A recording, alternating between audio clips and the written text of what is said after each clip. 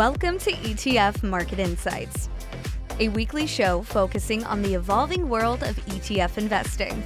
Each Friday, a new panel of thought leaders aims to provide investment education and insights, with the goal of helping you become an informed investor. Make sure to visit youtube.com/ETF Market Insights to watch previous episodes. And remember to hit subscribe so you receive a notification when we post new content and when we go live each Friday. Thank you for joining us today. Let's get started. Welcome back to ETF Market Insights. I'm your host, Erin Allen with BMO ETFs. And in today's episode, we're going to be diving into some of the essential strategies for keeping your finances secure in the digital age. So we'll share some practical best practices, some risks investors may face, and insights on maintaining cybersecurity while managing your money.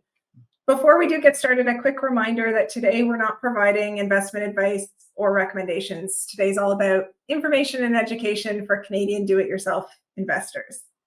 Today, I have the pleasure of welcoming Beverly Wilkes to the channel. Beverly is a Montreal-based financial literacy coach, and she also writes a blog called Bacon and Heels, which, as you may have guessed, is focused on women and their money. Beverly's been in the media many times before speaking on financial literacy, so I'm very pleased to have you with us here today. Welcome to the channel, Beverly. Thank you so much for having me. This is super fun, super cool. Yeah, I'd love to get started and just maybe hear a bit more about how you ended up running this blog, Bacon and Heels, and how sort of your own experiences led you down this path. Yeah, great. Well, let's start at the beginning. We spoke about money around the kitchen table in my family. So when the Money Minute came on the radio, my dad was always like, "Shh, I want to hear what's going on, what's happening in the world." And because of that, I understood about what things cost. We learned about inflation. We learned about, if there's something happening in the world, like there's a bad weather event in Florida, the cost of oranges are going to cost us more. So we really had these conversations around the table. So I grew up with that, being very, very educated. But then I noticed growing up, a number of my friends didn't have that luxury of being able to have these conversations around the table. And they started calling me and asking me for financial help, or what do you think about this? Or what do you think about that? And then I started just documenting it in the blog, as you mentioned, Bacon and Heels. And that's how it started. And now I have this great platform, meeting women from literally around the world, talking about money. I think that's great. And I think in a sense, and historically, maybe your situation was unique, because I feel like women have almost been conditioned to really avoid the topic of money. Is this sort of why you really drove towards that demographic in particular? And how have you geared your content towards women? I completely agree with that. Many times I've heard personally, don't talk about money. It's not appropriate for a lady to do that. And I always often wonder, but why not? The men do. Why is it that sometimes when we go online and we're looking at money topics for women, it's always about, here's how to make a recipe, here's how to save money at the grocery store. And on like men's sites or male dominated or directed sites, it's more about, did you invest in something today? What are you doing for your retirement? So I think we need to really level the playing field and have a place where people could come together and have these really important conversations. So it's really about us. Women are the ones that are most likely going to be out of the workforce for a little bit throughout their career, perhaps, if they choose to be a parent. And if they do so, we need to learn more how to negotiate to make sure that we're getting the right salary, because we are also likely to live longer than men statistically. Right. So that means our money needs to work double time and work longer and last longer. So when we're in our golden years, we don't run out of cash. Lucky us, sort of a double-edged sword there, I guess. Exactly. You also have a passion for cybersecurity, and I feel this is so important when it comes to our money. So I'd love to get your thoughts on how can people safeguard their investments, and what are some of the risks that investors should be aware of from that perspective? So I think all your money needs to be safeguarded. Right now, I'm sure you turn on the radio or you turn on the news, you're seeing that there's a few more of these grandparent scams, mom and dad scams where somebody picks up the phone and says, hi, I'm lost, or I need some funding or some money.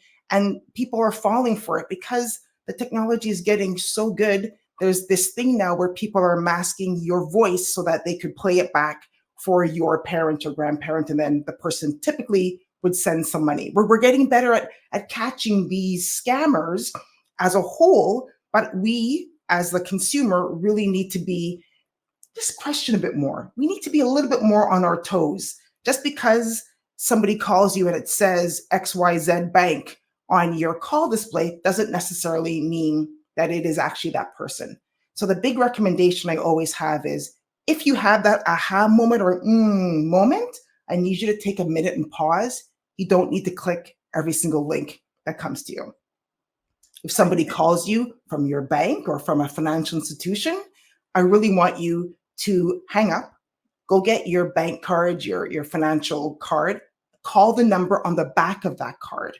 That is the real official number. And you know something, if it was the right person, well, you're being safe. And if it was the wrong person, it was a scam, then you're being safe for yourself and your money. So it's really about just being a little bit more conscious about what's happening. And it's okay to take a moment and say, whoa, this doesn't really sound right or seem right. I'm going to just double check. Super important. Absolutely. I think also just realizing who sends you emails and who doesn't, right? Like if I don't think I've ever gotten an email from, about my investment account that didn't come from my brokerage. So that's your first clue. And I think I was reading something the other day that there was over 2,000 cyber attacks that take place every single day. And I'm assuming that's in the US, but that is a huge number. And just something that we definitely have to be aware of. What are some of the best practices when it comes to actually being safe with your money? So there's a few. One, when you're out and about shopping, on vacation, whatever, I really don't want you using public Wi-Fi to be doing banking. If you forgot to pay a bill and you're on holiday and you forgot, really, either you get back home and you do it, or you find another way. I never say take the interest hit, but I really want you to really be careful about that, especially when you are traveling, anything with your banking or any of your money details. Another big thing is really important are your passwords, right? The passwords that you are using, make sure that you are changing them often. That's really a best practice that any organization, any business should be doing, even at home, because, you have a couple of laptops, a couple of kids, they're on your laptop, they're clicking things. Make sure that you're always changing that password. And one thing that a lot of banks are doing right now in financial institutions is they're implementing MFA, multi-factor authentication. That's all over the news. It's all over everywhere you read. Every time you go on a site now, you're noticing, oh, they're asking me to double check with a text to my cell phone. So really make sure that that is turned on. Those are real simple, everyday things that people are doing to make sure that we're being safe. So important. I do worry that passwords are getting more and more complicated each and every day. I won't be able to remember them, but I know. What about that password keychain on your phone? Is that a safe place to store them, or would you just suggest remembering them and keeping them up here? They're getting longer and longer. So I heard the other day that now your password should be 16 characters in length. Cannot be a name. You can't say, I love mom, exclamation point. You need to have something a little bit more interesting and complicated so that a computer or a bot can't do it. Password holders are also a great way to do it, but please don't write it on a piece of paper and leave it like on your desk. That's not a good thing at all. No. I also heard about maybe having a safe word of people, because with the introduction of AI, people can actually replicate your voice, right? And demand funds for whatever reason. Yes. And it sounds like you're in trouble. So having a safe word for your family can also be. Yes, I think that's a great thing. I've done that with my parents and my husband as well. We have a word. So that's only we know it. So you have to say it. You have to say it and ask that word. And if the person on the other line is telling you, oh, come on, just forget about that. I'm in trouble. Then again, that's another little tip saying, maybe I need to hang up and call back. I have to admit, I haven't been the best about the public Wi-Fi thing either. Now that I can access the Wi-Fi on the subway, got to be more careful about that. Just don't Probably pay your not the bills best. online. Do not access your bank account online. Read a magazine, do something Yeah. else of that. There are other important ways to help people protect their investments. We talk a lot about this type of thing on the channel. Diversification is probably the most widely known, that idea of not putting all your eggs in one basket. But walk us through that and the benefits here in terms of how ETFs can help in particular. I love ETFs. I'm not saying, remember, I'm not a financial advisor, I'm a financial coach. So please go to your bank and talk to them or your financial institution. But what's really important is that word, diversification. Having an ETF is a great opportunity to have this basket of different types of investments under different names that really allow you to hedge the bet. So something goes down in your basket, something else went up, you're still kind of even. You're not losing, making tons of money, but you're even. And that's the most important thing. The long term, you're more likely to make more money with an ETF than picking individual stocks by yourself. Another big thing to also think about is when you're using it, when you're in the ETF, you do not need to look at it every single day. You will drive yourself bonkers. Just really pay attention once a quarter, once a month, take a look and have a conversation with your financial planner every quarter, every month, whatever is most important to you, so that you can ensure that you're having these great conversations. You can ensure that the money is going in the direction that you would like it to go into. Absolutely. I think that's so important, not looking at it every day, because you can drive yourself nuts. What about fees? Another one is fees. Talk to us about what investors should think about when it comes to that, and really that whole idea of keeping more money in your pocket. Exactly. So fees are important, right? If you're not managing that basket, you have these brilliant people doing it for you, which is superb.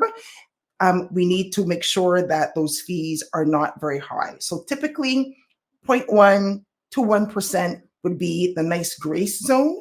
I've seen some other places where the fees are 2 and 3%. As a regular person investor, especially if you're new to investing, I really would encourage you to ask the question to that planner. How much are these fees? What is the impact of these fees 10 years, 20 years from now? How much are those fees going to remove from my actual gains and my earnings? But if you could stay below 1%, that would be really, really helpful for you in the long term. Yeah, I think just looking under the hood too and making sure you're getting the right data in terms of the fees is so important. With ETFs in particular, going to the issuer's website is great, but you don't want to just look at the management fee. You want to be sure that you're looking at the all-in MER.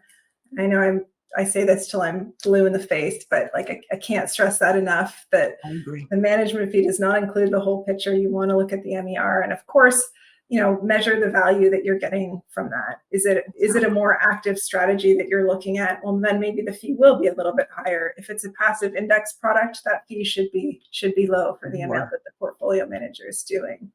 Absolutely. On your site, you talk a lot about relationships and money, and this is a really important time that we should be thinking about protecting our money, and it's often one of the most avoided topics in relationships too. What suggestions do you have around this? Yes. So I like to call it, do you and your partner have the same financial philosophy? Right? So hopefully before you move in together or get married or really start getting serious, talk about it. It's not about hiding the money from the other person. It's about talking like, I'm a saver, my husband's a spender. So what does that mean?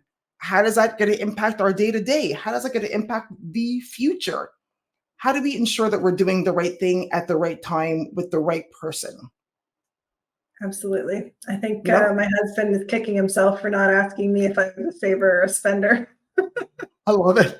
And he's like, what? What's happening? Yeah. But at the same time, people could change, right? Now that you're together, you're having that conversation. Okay, what's important to you?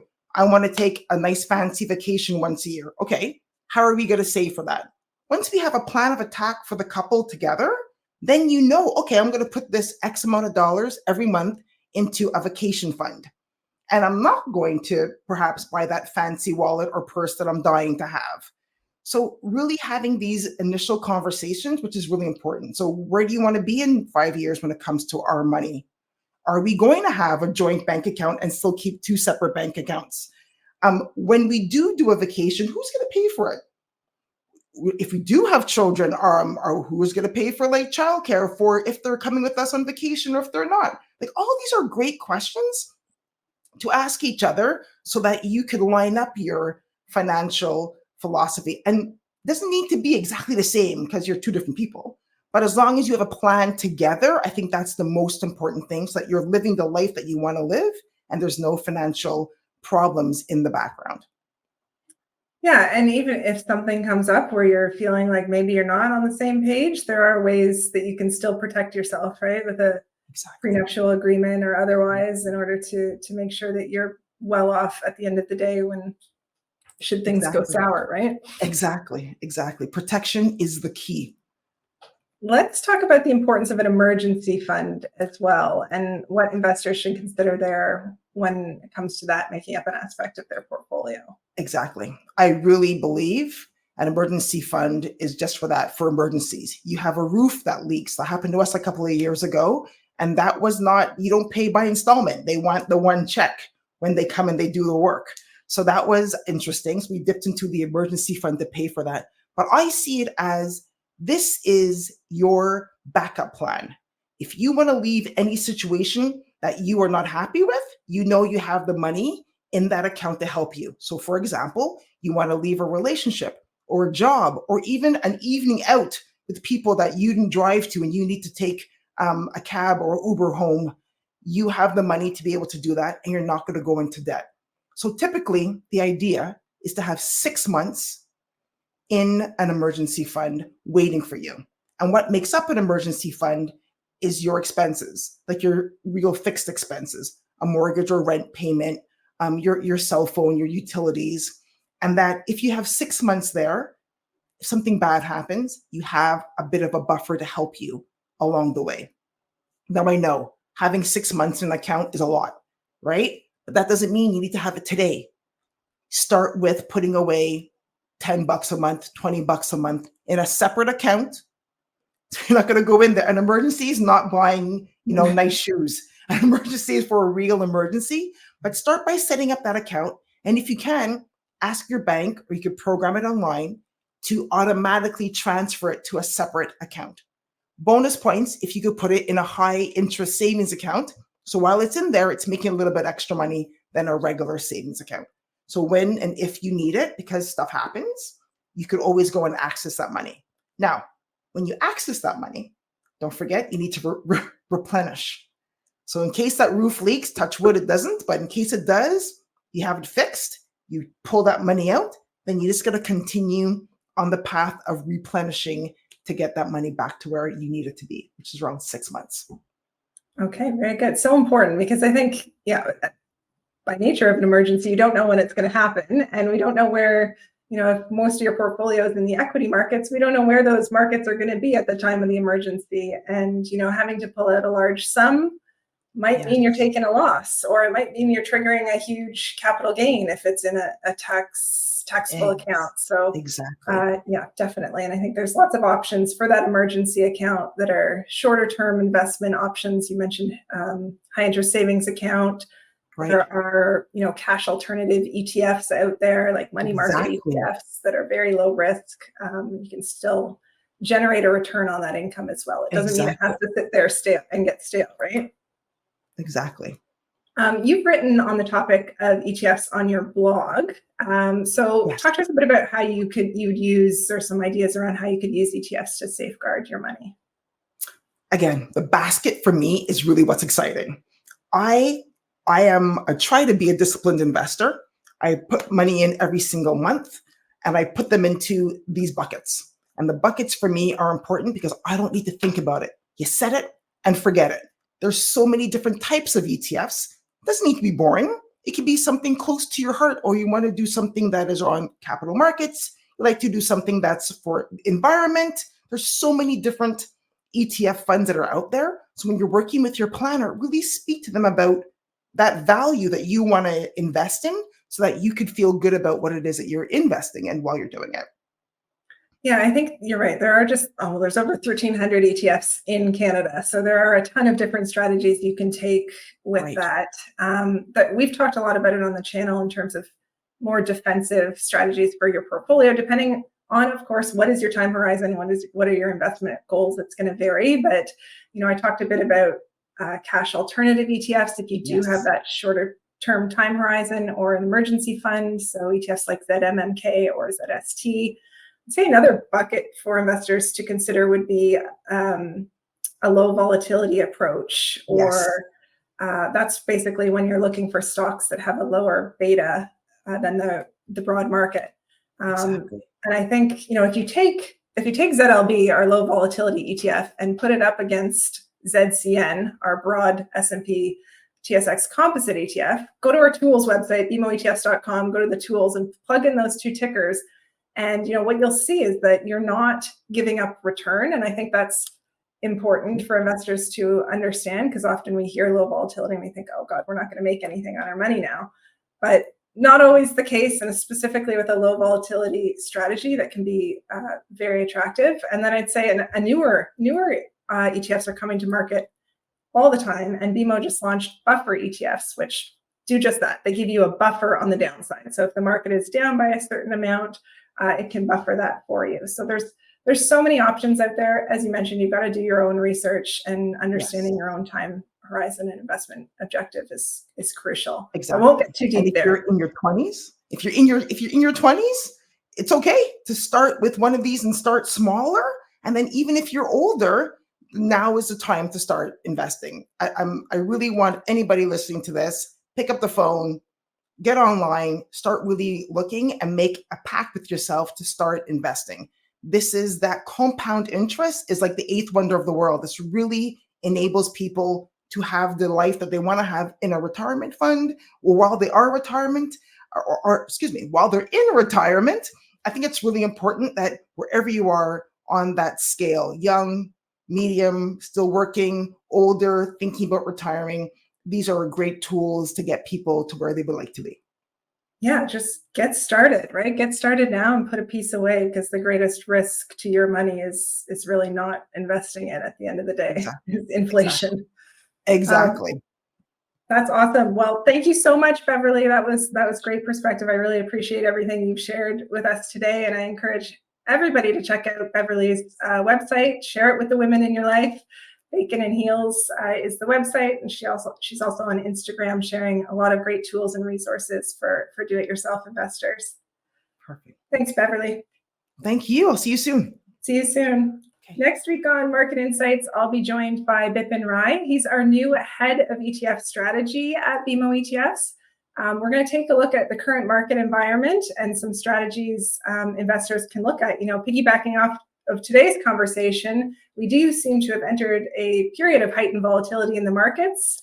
We're heading into the US election in the fall, so lots on the table. So he'll walk us through some ETF strategies you can use in your portfolios. Thanks so much for joining us today, and we will see you next week. Bye for now.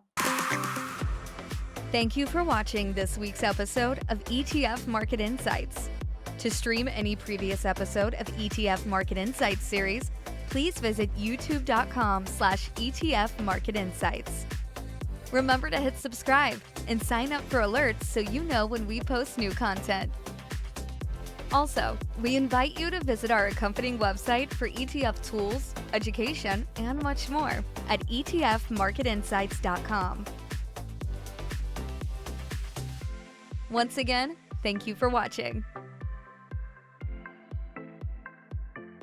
The session provided is for information purposes only. Any reference to a particular company or product is for illustrative purposes only and should not be considered as investment advice or recommendation to buy or sell.